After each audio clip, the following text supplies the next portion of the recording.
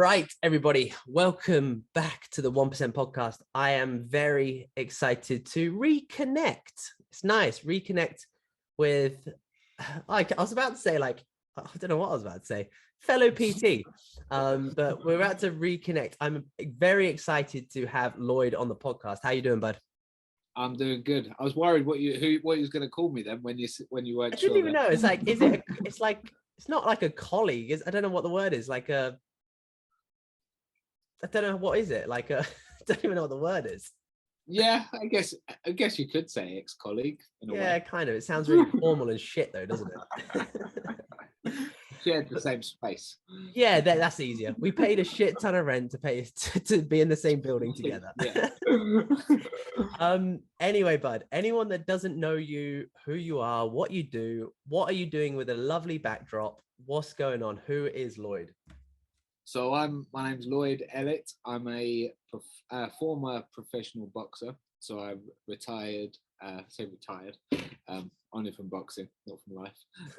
I retired 5 years ago, and now I moved from London to sunny Mallorca, and and out here I've launched my online training platform. So I'm teaching guys over 30 real boxing skills. Sick, man. Decent. That's crazy. I think it's really nice to obviously, like, I like to do these podcasts. We're kind of diving into a bit of the history and things like that. And obviously it's really nice because we can dive into London life and UK life and all this sort of stuff. But I guess kind of taking it back to, let's take it back to like when you got into boxing. Like, how did you get into boxing? And then I guess we're going to evolve over time how it progressed. Yeah, I guess actually getting into boxing, I was one of those kids who had a lot of energy, and I enjoyed like physical stuff. I like to play fight with kids, not like I was a maniac going around fighting. I was gonna say, yeah, fucking 5-year-old punching 11 shit out of people. Yeah, it's not that one of those stories, you know, it was more like I enjoyed like physical things, and it was a good place for me to channel that, and I'd also, cliche as it is, I'd watch Rocky. I enjoyed watching that, got me into it. Watching boxing got me into it, and my dad had boxed as a kid, not seriously, but the interest was there. And then how do you get into boxing? Do you like local clubs, things like that? Yeah, it actually involved a fair bit of effort to like get started, it as in finding clubs, because it's not Brighton's not flooded with boxing clubs. A few more now. I think it's got a lot more popular over the last like 20 years as from when I started. Because what age did you kind of join a boxing club? I first started when I was around 13. Okay, cool. Yeah, so it wasn't it wasn't like loads of them around, but we tried a couple, and then settled at the one in Brighton and Hove that I stayed at. And you were there for your whole amateur, professional career, everything like that? No, I was there my whole amateur career. I had 70 fights as an amateur. 70? 7-0? Yeah, 70. Yeah, 70 was a long time. And so I had my whole amateur career there, boxed for England and stuff. And then when I turned pro, I stayed there for a bit, and then I went to London after about 10 fights. But I would go back as well. I was in and out of there. I would still go and train there. Hmm. And I guess for me, I don't know much about, like, I've actually got more into, I've been following a lot of boxers now because they've gone into a lot more business stuff now. And I've really fallen in love with, I don't know why, I found that boxing, like NFL players, NBA players, have a very similar kind of mindset, and it's very fucking relentless. And it's like this, I don't know, every boxer's different. I've listened to a couple of things on, like, I know he wasn't a boxer, but is it Eddie? who has the massive boxing fucking Hearn, yeah, promoter. Yeah, Eddie yeah. Hearn. So Yeah. it's been really He's got that interesting. mindset. Yeah. Yeah, so it's been really interesting to kind of hear his story on fighters and things like that. And that's kind of why it's nice to talk to you about it. And I guess kind of 13 years old, what's the process like building up to kind of like, what's it like in the amateur ranks? What's it kind of like fighting someone? Like, what's your headspace throughout kind of that teenage years, I guess? Well, I mean, like with what you do, like what you're teaching people for transforming and everything, it's transforming their fitness and their health and everything. It's the same kind of journey. Like you're building daily habits, you're learning skills that you have to accept you're not going to master straight away. And, Yeah. and by not do it straight away, I don't mean like a month or 2 months. Don't even mean a year. Like this is a way longer process than transforming your body. This is like, and I know transforming your mindset can take years, but this really does take years. Like you get your ass kicked in the gym for a long time sometimes. I had one guy who I used to spar with who was a bit older than me, and I used to hate sparring with him. I was the only one who could really spar with him, but he would give it to me every single time, and he'd always turn up late for training. Oh, So I would like, I'd be there, I'd be like, oh, thank God he's not here, and then he would just appear out of nowhere, all his gear on in the ring, waiting for me. So this is a long process of just same shit, different day, mastering the basics, mastering it, and overcoming setbacks every single week. Without your, well, I guess through sparring and actually your amateur fights, like 70 amateur fights is, I don't know, like how many, a lot, but 70 fucking fights is a lot regardless. Like, yeah. Mate, like what's like, because obviously a lot of this is like, I want to dabble into kind of like your headspace and what's it like to your first amateur fight. What's it like getting in the ring for the first time? What's going through your mind? Yeah, it's nerve-wracking, and if ever you have a fight where you're not nervous, then you probably should be nervous. You know, then you've got something to be nervous about. Like that fear was either gonna make you or break you. You know, fight or flight. So you've got to use it. But I remember my first fight. I remember the kids staring at me in the changing rooms, like looking at each other, and I was like, fuck, he's looking at me. But I won the fight. But yeah, it's terrifying. Like that's why I think it's a good thing for anyone to do, because there's nothing more horrible than sitting in a change room waiting, knowing you're gonna go and fight someone. It was horrible. So going through that, anything else in life is going to be fairly easy compared. Yeah, I think it's like, for me, what I sometimes can't fathom is like, the thing is like, I think like I always look at fighters and things like that and just assume they're aggressive human beings, right? And that's why they start off. And that's kind of, they do it because they need to fight and they need to kind of get this thing out of the system.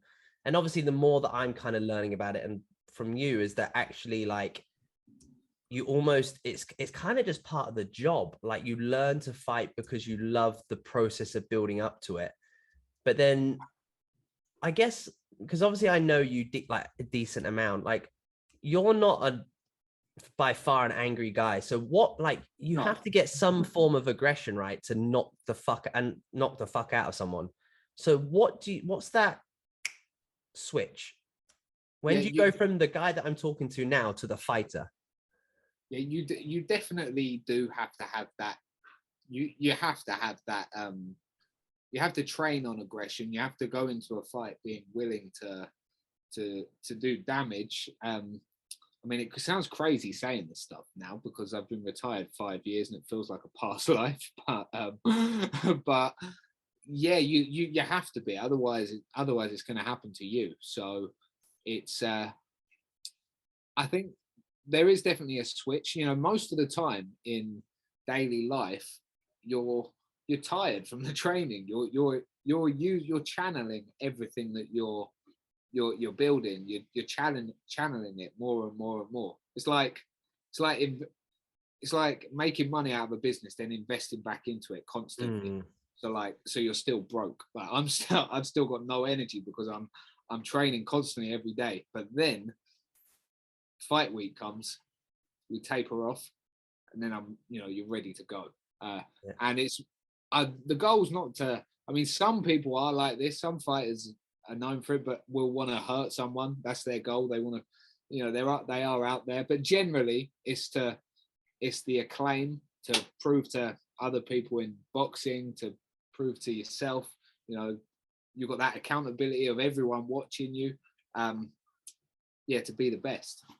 And I guess like kind of staying with your amateur side of things, how long were you an amateur for? I guess from like 13 when you kind of joined the club all the way through till...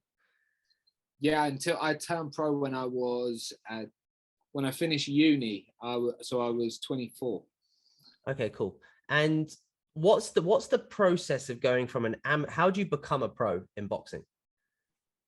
So to turn professional, you need to apply with the British Boxing Board, and this is regardless of who you are, if you're an Olympic gold medalist or whatever. But depending on who you are, it's going to be a lot more simple process. For me, you have to go and have an interview with the boxing board. It was very simple for me. They knew I'd box for England and stuff, so I just got my license straight away. And then you pass your medicals, and I had a trainer. Okay. And he was managing me as well, and he had a contact for a promoter. So yeah, we brought a lot to the table. Like, I could fight as well as sell tickets, which is a big draw to boxing promoters. Yeah, see, I didn't know that. I thought to turn pro you had to have maybe a certain amount of fights and wins. Maybe you had to have like an event where if you win this, then you earn your professional status, sort of thing. But it's not like that. That's probably how it should be. It's probably how it should be. No, but I kind of like, again, now that I kind of, obviously me and you are very business and we kind of like our marketing and things like that now. So I guess learning from it now, and obviously me listening to some of these fucking podcasts and the money that goes into the fight industry, regardless of just boxing alone, it makes sense, right? Like, why would you not turn someone pro if they can sell tickets, if they have, again, they've got, because obviously, like you said, you can go to the Olympics and you can compete for England as an amateur. So then actually sitting at a table being like, well, here's the last 10 years of credentials and evidence why I should be a professional athlete. So that it makes sense though, like, because there's the pro boxing world is crazy. Like you have people who turn pro with the intention of being a journeyman. So a journeyman isn't someone who can't fight. Doesn't mean, in fact, a good journeyman is someone who's actually pretty talented, but they're not winning fights. They're right. And I'm not saying it's not fixed. It's not fixed. No, but they're in it for the marketing, the money, the ticket sales. Is that what you mean? They don't sell tickets. They don't have to worry about anything. They're there to collect a paycheck for fighting someone who's on the rise. Generally, they're not trying to win. Like if they're coming to fight, they might get knocked out where they're going to open themselves up. But so they're there to survive. They're who the pros fight in the early days to work their way up. Right. So it's like a friendly. Yeah, friendly, loosely, but it's and that, so you go from being, like, for me, I went from being a top amateur fighting some of the best fighters in Britain, someone in the world. Then you go into fighting a journeyman, still a tough guy, and if he gets a chance, he'd take you out because everyone wants to win at some stage. But they primarily there for me to look good and adjust to the pro ranks. So do they get added into the pro ranks for that reason? Some people turn pro with the intention of doing that because they can make say $1,000, $1,200, $2,000. If it's a big bill, $3,000. They can make money every week or twice a month. It's a painful way to make a living, Yeah, yeah, but they're making money. yeah. So some people turn pro with that intention, but some go that way after there's been guys who have been 20-0 unbeaten, but they then choose to, they don't want to sell tickets anymore. They don't want to, because it's very hard to make money. As professional. There's so much money involved in the 1%. In the 1%, yeah. Yeah. Literally, it's all in the 1%. So then it's tough. So then people might decide to go on the road and become a journeyman. Right. Okay. And in your 70 fights in amateur, how many did you win? 70 fights, I won about 50. I think it was like fucking 52. good. Yeah, I went on a run. I mean, in the amateurs, you lose fights. It's like a like a football team. In the amateurs, you win, you lose, you win, you lose. It's kind of how it goes. But you're just learning your craft. In the pros, it's a bit more serious with your record and stuff, because and this is a thing where the whole journeyman thing's built up. This is to build someone's record. Yeah, it shouldn't really be this way. Like if you look at the UFC, guys can take a loss and then come back straight away quicker. In boxing, it's quite detrimental because the TV companies like to sell an unbeaten fighter.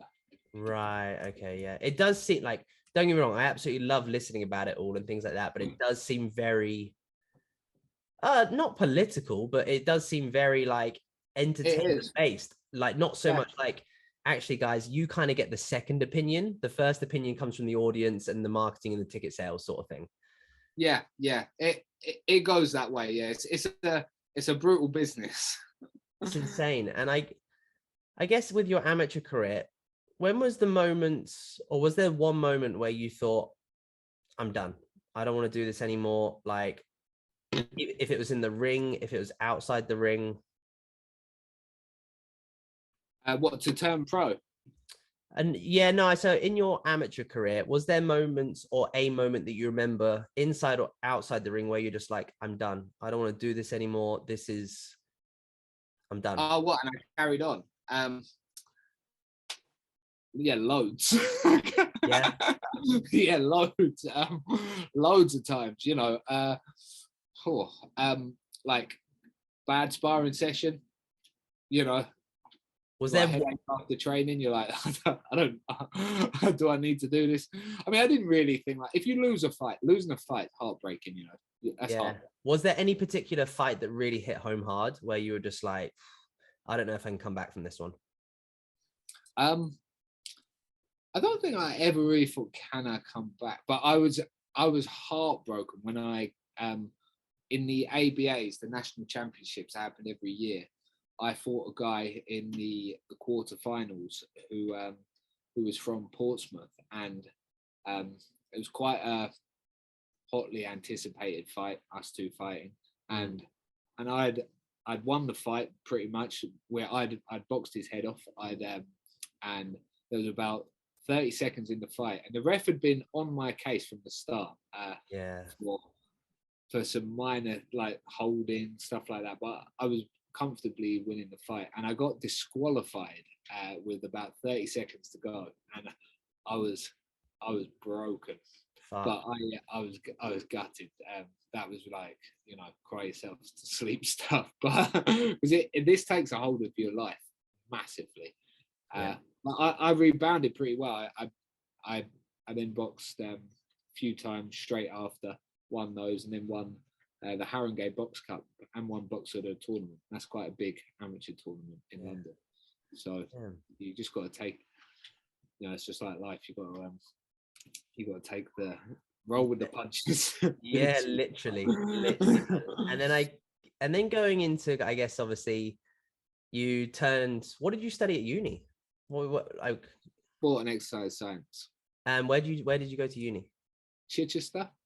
Oh, okay, yeah, cool. And then, so you're obviously fighting through uni, everything like that. Still, you were kind of going back and forth to London, sort of thing, right?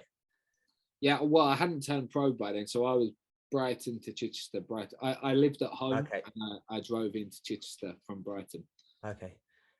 And then so obviously so you did your uni. Did you pass? Yeah. I Yeah. did well at uni. Yeah, I actually went on to do my masters, Oh, but I just turned pro. The workload had, I was actually quite close to finishing as well, but I had to pull back because things had got insane with with everything that was going on. yeah, yeah. Well, probably the best decision, to be fair. Like, if I'm honest, like masters or Yeah. professional boxer, I know what I'll pick. And then, so you turn pro and things like that. Where did your career take you from there? When I turned pro, Yeah. so when I turned pro, I was super active. Because I was selling a lot of tickets, so I was I was very active. I had 16 fights in my first like 3 years, Wow. which is pretty active. So yeah, I was all in. I had 16 fights, and then I signed a TV deal with Box Nation. So Frank Warren and Box Nation. So yeah, I was fighting on TV then, and I won a few bouts as well during that time. Shit, damn, man, that's sick. Fair play. Didn't know that. And then I guess what's I guess when you're kind of, is that I don't know, like, are you in the low end of the pro rank sort of thing, and you're kind of working your way up in those years, sort of thing, building a name for yourself? Yeah, that's how it is. Yeah, you're building a name for yourself. It's a strange one. Like I was in the top 10, but again, this is where the political side comes in because depending on who your promoter is, depending on who your manager is, your trainer, you're gonna get opportunities quicker. So things can change based on that. But I was in a good position though. I moved up fairly quickly. I probably could have stepped up the level of opposition quicker, but I wasn't in full control of that. But yeah. And then what's it like income wise? Did that fund, like being a pro boxer, did that fund you your life, everything like that? No, being a pro boxer is not like I said, it's the 1%. Yeah. It's the 1%. You know, you're fighting for your money. If you don't fight, you don't get paid, and if you don't sell tickets, you don't get paid, and that will go up all the way through. Even you're looking at there's world champions out there who haven't made a penny because they might not be marketable, they might not be exciting. Yeah. They might not be good at talking. There's a lot of factors that go into it. So you rely on like sponsors, things like that. And then were you working at that time when you were a pro athlete as well? Yeah. I worked not the whole time. When I signed with Box Nation, I stopped working, but I was PTing all the time, and I also worked at for like the first 3 years as a pro. I worked at a school for. I was actually the head of IT at this school. No way. Shit. Yeah. I mean, this is a big joke amongst anyone I tell it to, but it was a school for kids with like learning difficulties and behavioral problems. But I'm no IT teacher, but I became the head of IT at the school. Fucking amazing. Shit. So that was the first kind of 3 years. So you were kind of had your fights, you're building up, you're working at a school. And then life is hectic. Yeah. And then I guess what happened when you signed with Box Nation from that point onwards? Then I left my job. I left my job as a teacher. Teacher. And I started that job, by the way, just by teaching these kids boxing once a week. No way. Quick, yeah. So yeah, I left the job, and I carried on training some people all the way through, really, but not loads. And then I moved to London. No, I moved to London then. I moved to London and started training out of a gym up there. Okay. And how long did you do? I'm kind of just trying to get to where the point where I've met you at this point. So then you were in London, and then how long did you fight for professionally in London and with Box Nation, things like that? So I was in London, and I was a bit back and forth from Brighton, but I then was probably in London 3 years as a pro, and I wasn't working at all for like the first 18 months or so, just concentrating on the boxing. And I had my last year as a professional boxer working at Gymbox alongside yourself. Oh, okay, cool. And then how long were you at Gymbox for? Probably a year, about 18 months. Oh, okay, so yeah, I was about there 18 months, about the same. 18. I left there to come out here, but I think you would. I was there a bit before you, wasn't I? Yeah, because then you left, and then I probably did another 6 to 8 months, maybe. Yeah. That's about right. Shit, I didn't know you were fighting professionally then as well. Damn. I'd probably retired just as you started working there. What was why'd you retire? What was the moment where you thought, I'm done? The last year of my career, I'd been messed around quite a bit with fight dates. I remember I got myself down to 66 kilos for welterweight, which. And what's kind of like your, I'm not gonna say comfy weight. What are you now? What I'm now is, which I'm comfortable. I'm still lean. I still train every day, but I'm like 78 kilos now.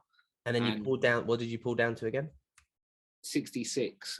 Fuck. So that's like what, 12 kilos off, a bit more. Yeah. And I would walk around then. I mean, I've not really gained any weight since I've gained muscle. I would go up to like 78, but now I'm a more muscular 78. Not just puffed up. Fucking hell, that's a small dude, man. 60 fucking 8. Yeah, there's some disgusting pictures on my Instagram of me as looking like a skeleton. But yeah, so I'd been messed. So I got down to the weight, and my opponent didn't show. Then I got on another show. The show got cancelled the week before. Talks of title fights, things didn't happen, and then I got offered to fight for the WBO European title, which was at a late notice. And basically nobody wanted to fight this guy. He was like his name's Stephen Dagno. He's a dangerous guy from Belgium, not very marketable, and also can fight. He was very good. So that means that equals nobody wants to fight you. He's in like the Who Needs Him club. But he had this belt, and we got offered to fight at a week's notice. And I was in training for like a 6-rounder. But we said like, yeah, we've got to take this. And in my heart of hearts, I knew that win, lose or draw, I probably wanted to stop after this big fight. Yeah. Because I'd kind of had enough of getting messed about and the constant dieting. It was killing me making the weight. And and also there'd been a lot of cases of people around me who'd been injured from pro fighting. So yeah. And I was like, and I don't mean leg or muscular injuries. I mean like brain. Yeah. And I was like, you know what, I could quit while I'm ahead. I watched a podcast on something Junior. What's his name? This is how bad I am with names. His dad was like a big name in boxing, and he's a big name. Something. Eubank. Yeah. And they trained out. So we trained out at the same gym throughout as kids. We're both from Brighton, so he that's one of the instances that contributed to me thinking, because he had fought someone. Is that what you were going to say against? I was going to say, like, because even on the podcast, he was like, this is kind of going back to the injury standpoint. He was like, oh man, I've got really bad short-term memory. It was like, dude, you've been fucking pummeled on the head for like 15 years. Like, oh, himself. Yeah. I mean, he actually had a fight where the guy afterward, like he won the fight. And the other guy was injured, like went to hospital and had like a bleed on the brain and stuff. So he survived, luckily. But, you know, this starts to get you thinking, like, what consequences, you know, what can happen? And when you start thinking about it, the dangers, because I'd never thought about it going into actually getting in the ring. But if you start to think about it, become aware of it, it's a good time to stop. Yeah, it kind of, yeah, it does. I think when you only get one one chance at health, right? And I think everyone has their limit or where they want to push it to, and it's just Yeah. knowing what's the right call for you. And Yeah. I guess like being in the same facility as some of the best athletes in the world, what do you think that he has that like maybe you didn't have or did have? What would you know what I mean? Because obviously like he has this name reputation, but obviously the more that I feel like I get to know it, it's a bit like Formula One. I'm like, are you big just because of your dad? Like, honestly, is that the only reason you made it? Because it sounds like it is. Like, not here to take away like any. Yeah. No, I with Eubank, I don't think anyone. I don't think we could say. I mean, it's easy for anyone on the outside who doesn't know the game or doesn't know Of him. course, yeah. But he is a very special talent.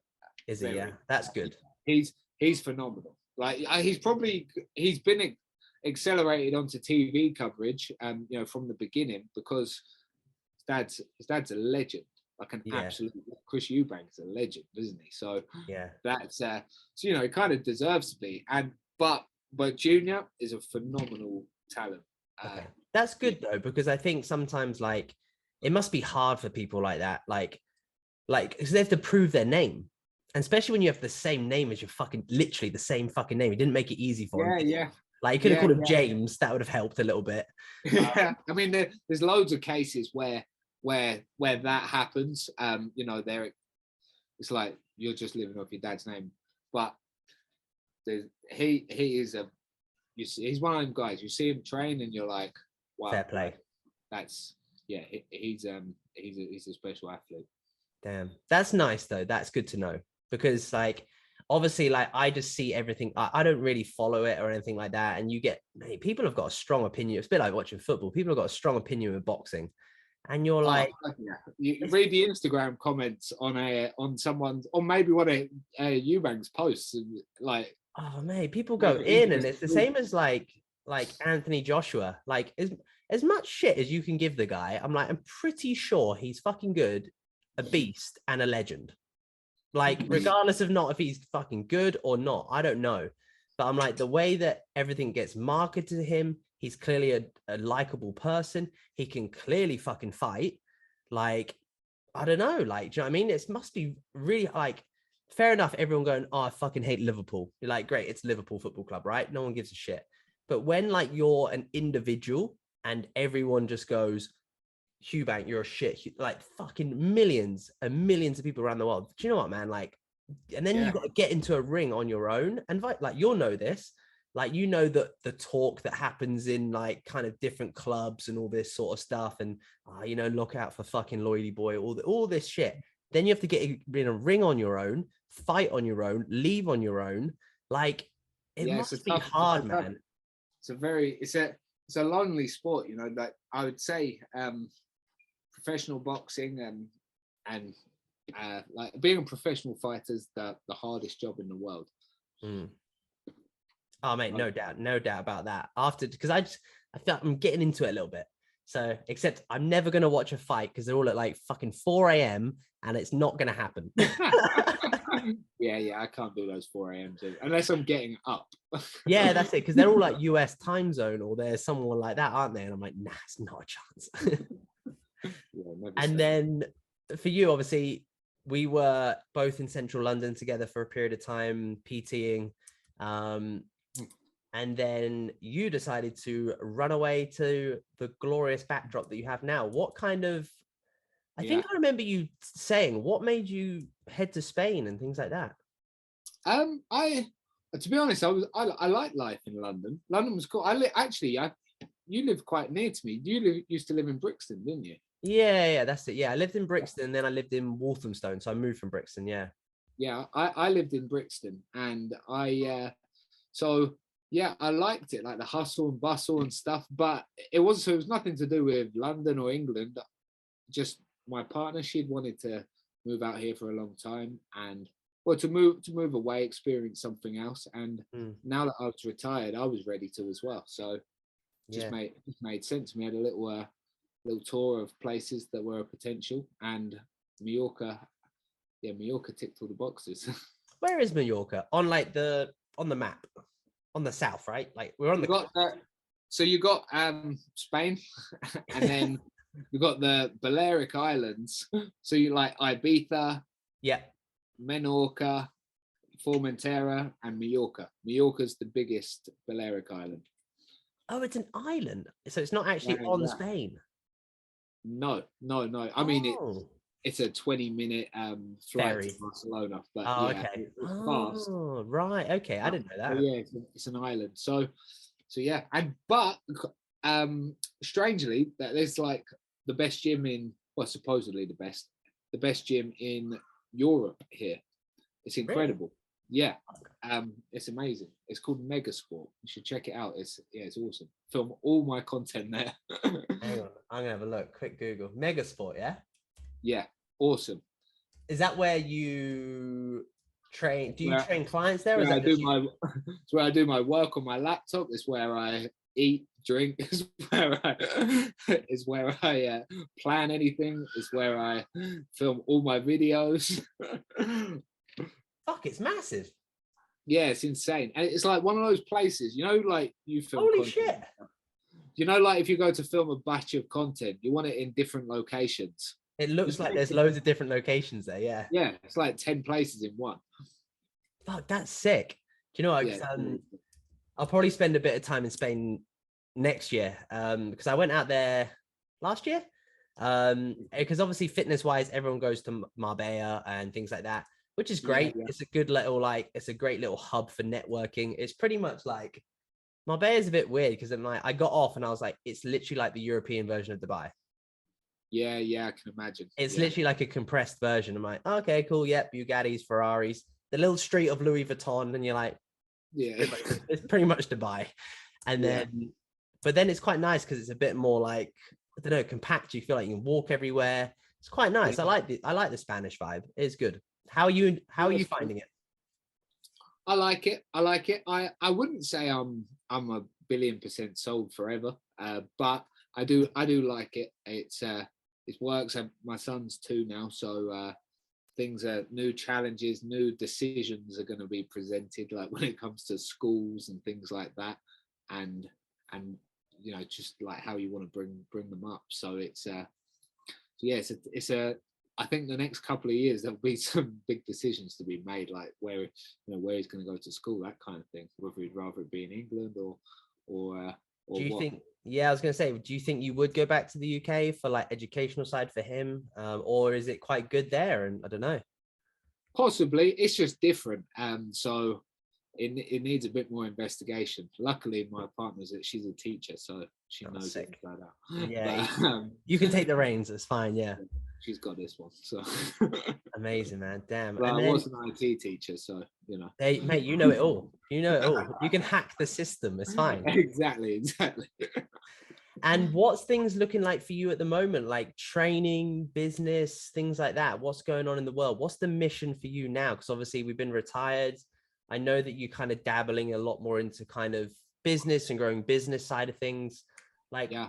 What's the plan? I guess you got 2 years till he starts school. What's the plan for the next 2 years ish? Well, I've done a few fitness retreats out here, which were great, and but the real focus now is I'm not really doing personal training. It's my online program. I'm just every day is about just kind of improving that and getting that better and better. I want it to be like a platform that anyone can join and get in fight shape, getting the fight shape, you know, without taking a punch, without the stresses of the dieting, the good bits, the best bits of boxing training. So learn the skills, build the confidence, all through my app. Amazing, man. Sick. It's crazy. Yeah. Damn. It's nice to see. It's nice to see because I think I've always touched on it. I think I really enjoyed. Do you know what, man? Even saying that then, that'd been a bit of a lie. I think if I sat here and said I really enjoyed my time in London, I'd be lying. I enjoyed London because it gave me what I needed, as in a reality check for life sort of thing, from everything from mental health, all that sort of stuff. But it's great to see how you're flourishing as well, which is great because I think appreciate it. Yeah, London's one of those places where I'm like, I will never go back. Like, I'll go back for a weekend, enjoy, like, I'll go back for Christmas, enjoy Winter Wonderland with the family, but then I want to get the fuck out there as quickly as possible because I'm tired of it, and it sucked my soul. Yeah, I think I might have I possibly felt like that when I first moved here. I think it's tough looking back because like I was still like I'd only just retired from boxing, so I was kind of just like enjoying life without all the stresses anymore of, you know. Yeah, you were kind of just like, now I can eat what I want, train when I want, do all this sort of stuff. I used to be in Gymbox. I'd train people at I trained someone at like 6 a.m. Like my last client probably be at like 7 p.m., 8 p.m. Throughout the day, I was eating I was training twice, traveling across London, coming back to do my run at Gymbox, squeezing in my meals, which were actually tins of mackerel, because I was trying to make weight. You know, this was just that's like, so when I retired and I was in London for like 8 months free, mate, enjoy. This is amazing. Yeah, I think that's the thing now. I'm excited. I'll probably go back for I don't know if I'll go back for Christmas or whatever's gonna go, but I'm excited to go back and be like, let's just be a fucking tourist. Let's go see shit. Let's go eat shit. Let's go live the London life that everyone hypes about. Because we were there and we were like, well, you're a pro fighter, and then we're like, right, now we need to build businesses. Yeah, it's a hustle. London is a real hustle, yeah, for sure.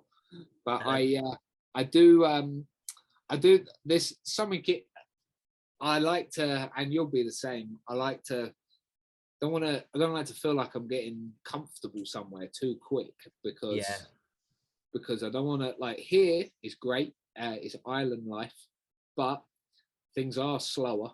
Luckily I'm online, so I've got the world that's kind of pushing me, but still I'm not here to retire on the beach. I know.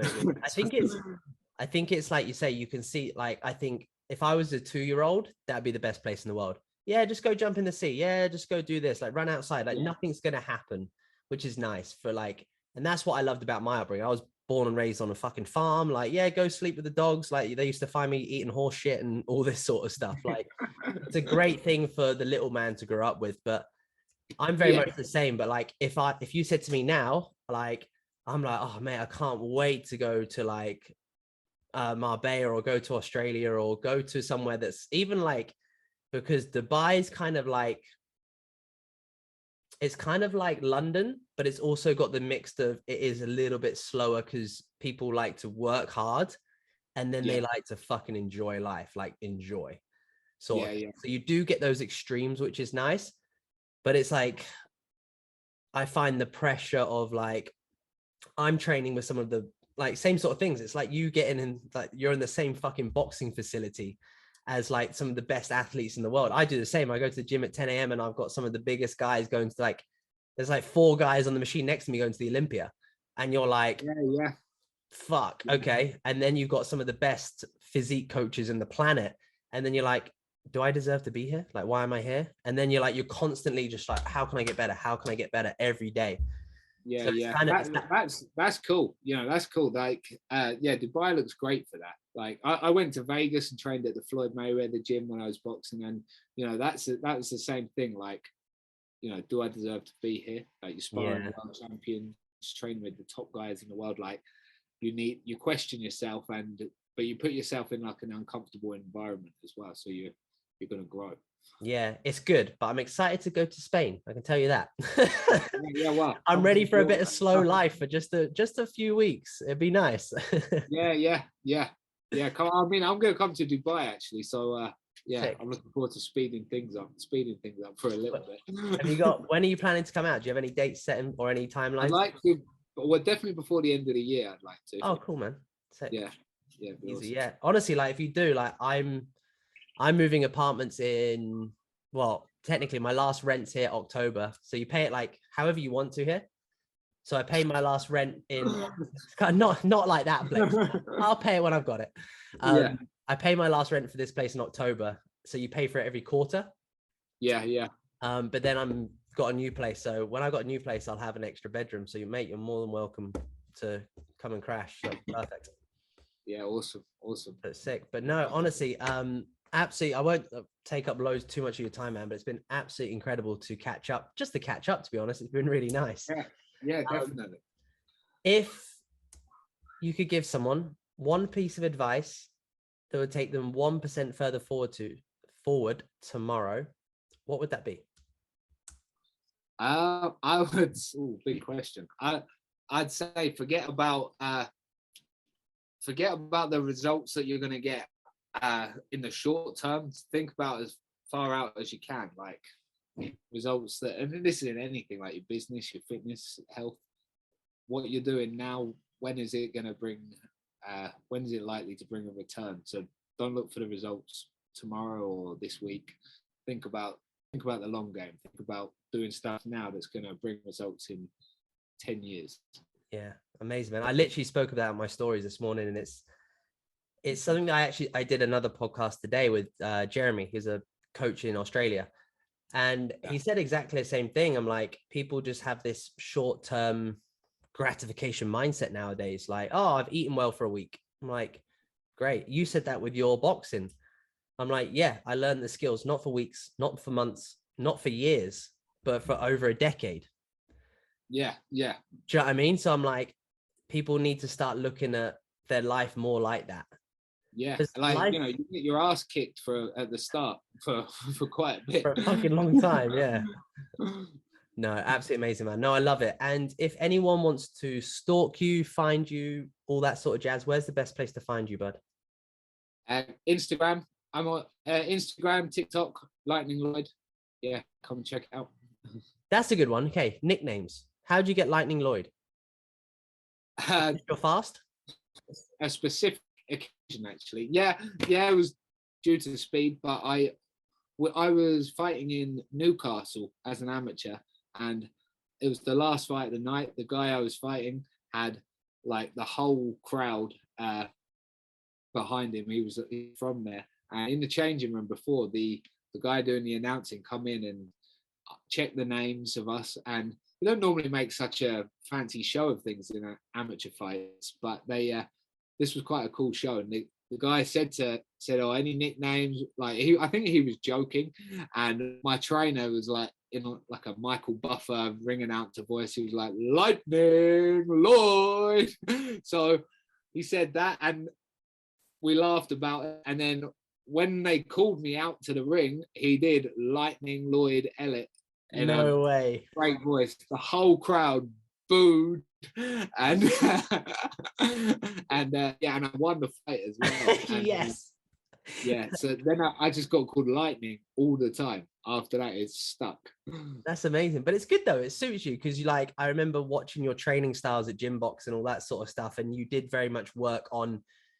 Like I don't know anything about boxing, but it was fast. It was tempo. It was about moving your feet. It was staying agile. It was all this sort of stuff. So, and that was, I guess, when you are a lighter boxer, that's what it's about, right? It's about fast, getting in jabs, getting in all these hooks, and yeah, speed helps. Yeah, for sure. Speed kills, as they say. So amazing. So yeah, honestly, guys, if you want to go check out Lloyd's stuff, Lightning Lloyd on TikToks, shoot him a message on Instagram, whatever that is. But mate, I will see you in Dubai very soon, and I'm excited. There's a boxing ring at Banús. You can teach me some stuff, so it's all good. Yeah, definitely. Diamond, man. Oh, shit, really? No, I'm not sparring. I'll just do some little, and I'll be all right. No, absolutely amazing having you on, buddy. Thank you so much. That's right. Cheers, Brandon. Much appreciated.